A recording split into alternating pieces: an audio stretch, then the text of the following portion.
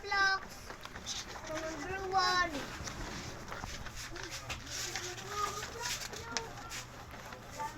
Ayan, kinain lahat ang papel na inilagay ko doon.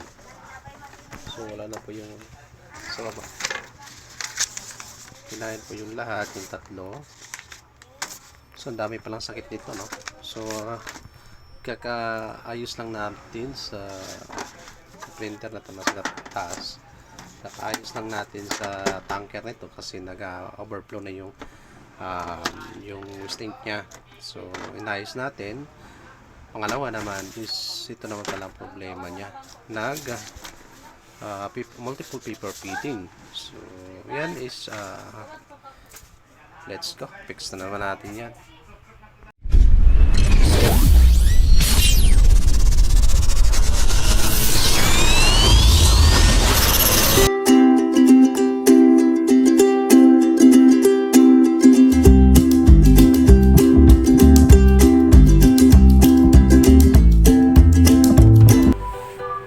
Hello guys, welcome back again. So, patuloy tayo, no? So, this printer is hindi lang pala isa ang problema. So, nasolve na natin yung isa. Nag-overflow yung tanke niya. So, staying. Hindi lang pala, dalawa lang. So, kanina sinabi ko na muna natin video is dalawa problema niya. So, check ko is meron pala isa. Which is sa tatlong papel, sa tatlong bond paper na nilagay ko, kinain lahat. So, ibig sabihin, nag-multiple paper feeding siya. Ngayon, i-fix naman natin, ayusin natin ang problema naman ito. So, ang pangatlong problema is ang kulay red, hindi nakita. Check nyo. So, sa pattern yan, wala pong red. So, yun ang last na ayusin natin sa printer na ito.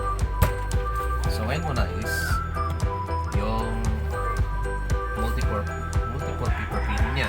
So, dito yan sa spring, sa likod pa din. Okay, so, ngayon, keep watching na lang guys kung paano ko ito ayusin. So, ang kailangan din natin is ito lang at saka yung ito lang. Ito at saka cutter. Nasaan yung cutter? Kunin ko muna. Okay, yan.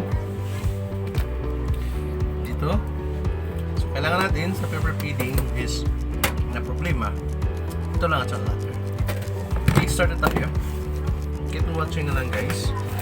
Kung hindi nyo pa napanood yung mga video ko, mga tutorial ako doon, multiple paper feeding, marami na akong na-upload sa ganitong problema ng mga printer. Kung gusto nyo, i-check nyo din yung mga video ko doon kung hindi pa kayo satisfied dito. Okay, start na tayo, no?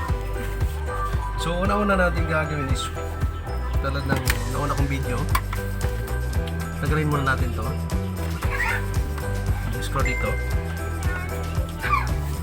Kasi siya na po maingay dito. Dito lang kasi sa bahay magbaba. At dito din yung shop ko. Sa Epson ako dito. Medyo maingay magbaba. Kaya mga video ko halos lahat is puro ingay. So ito yung una natin ang ginawa.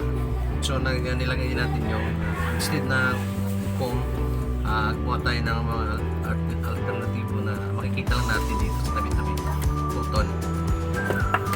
Sa resting pad yan yung na-overflow na. So dito lang yan guys natin makikita yung problema nito, yung multiple paper feeding, no? So tanggalin natin itong spring. Careful lang, baka wala. Hirap yung makahanap ito yung provider. Ito mga bagay yan. So yan, kunin lang natin ito. Ito yung problema niya. Okay. Sabihin muna natin. So nandito po yung spring. Kita nyo guys, pwede na siya. Yung normal kasi, yung normal is hindi na siya back na, hindi na siya iikot pataas, naglalak na. Pero ito, wala. Taas, baba taas is yan, umiikot siya. Yung normal niya, yung hindi sira siya. Yung hindi siya sira is hindi na siya nakalak na. Kaya kuha siya ng bond paper, pagkuha niya, so naglalak na, isa lang papel yung mag-okay. So yun, start na tayo. Tagalin lang natin to. Yan. So nandito yung problema niya. Tingnan natin kung ano nangyari sa spring. Yan, nalapit ko. Kung makikita nyo, ayan, medyo yan, tumapon yung yung napali na spring. So ito yung dahilan kung bakit nagmo-multiple paper feeding na siya. And then, so anong solusyon natin dyan? Kung hindi nyo pa napanood yung unang video ko, marami na akong video nito, tutorial nito, pero ayan, so kailangan natin upload. So tagal na siguro to kasi yan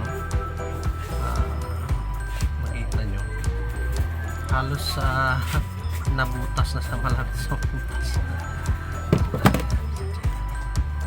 Hindi ko makafocus, pasensya na po. Okay.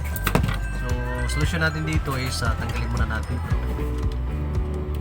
kaunti, huwag na natin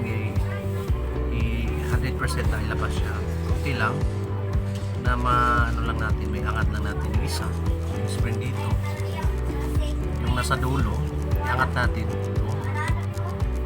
Huwag natin ingatan na hindi natin maputol kasi yan ang bisaya ko. So ito yung isa,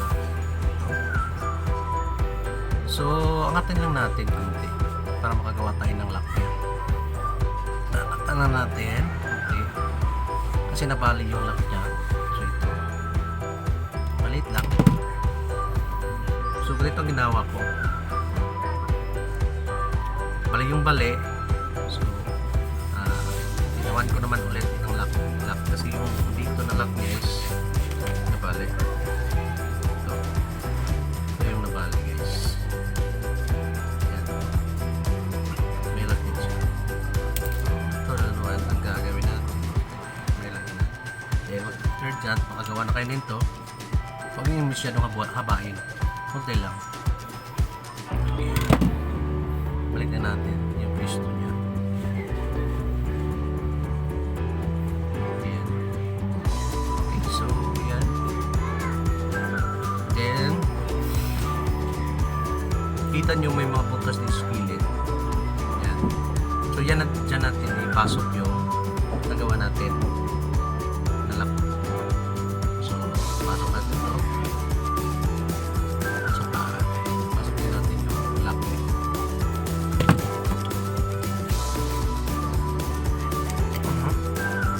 Masyado lang mahaba, pero okay na yan, mahaba siya, hindi putulin, mahaba para hindi sagabal. So okay na, so balik na natin. So simple lang to, ilang so na ba yun? Ayan, so so na naman.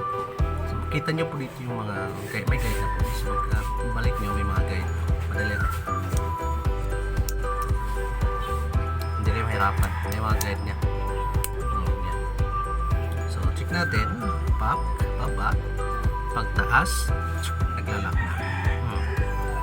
Hindi na siya maka-ikot, hindi na maikot yung gulong.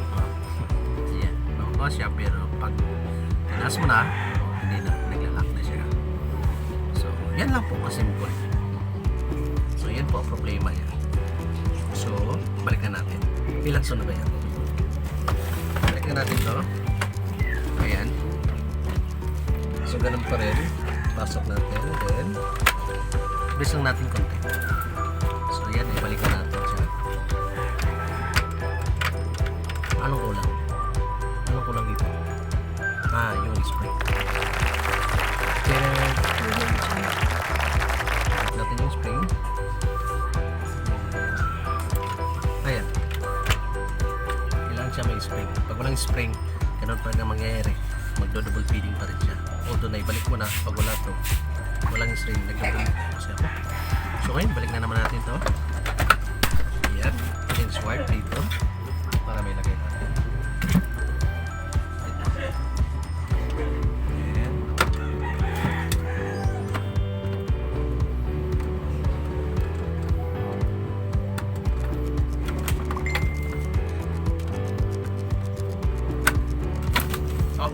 start. So, okay, i-check natin pag kung kumain po ito marami o hindi na.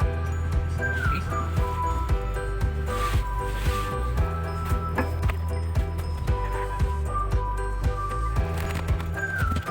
Maksima na pinamit.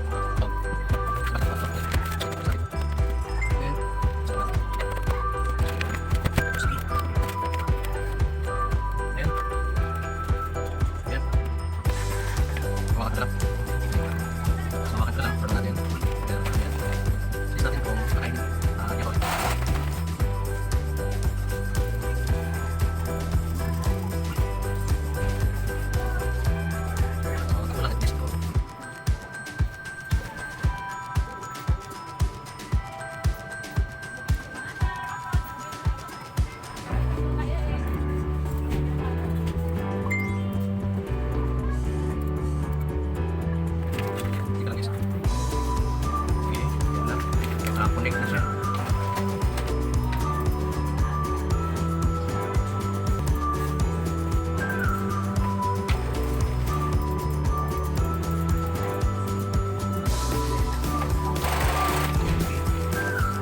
Tatlo. Tingnan natin kung kaya niya pagkakagin. Lahat. Parang okay na. Okay sa mga viewers natin dyan, mga kaibigan natin dyan na ganito po ang problema nyo. So yun lang, sundan nyo lang yung mga ginawa ko. Yes. So okay na. So yun po ang gagawin natin pag gagawin natin kung ganun po ang problema nyo. Kumakain po ng marami. Hirap yan po siya talaga yun. Okay, so next kuha natin yung isa. And part 2 is yung so yun po, sana'y nakatulong yun sa inyo.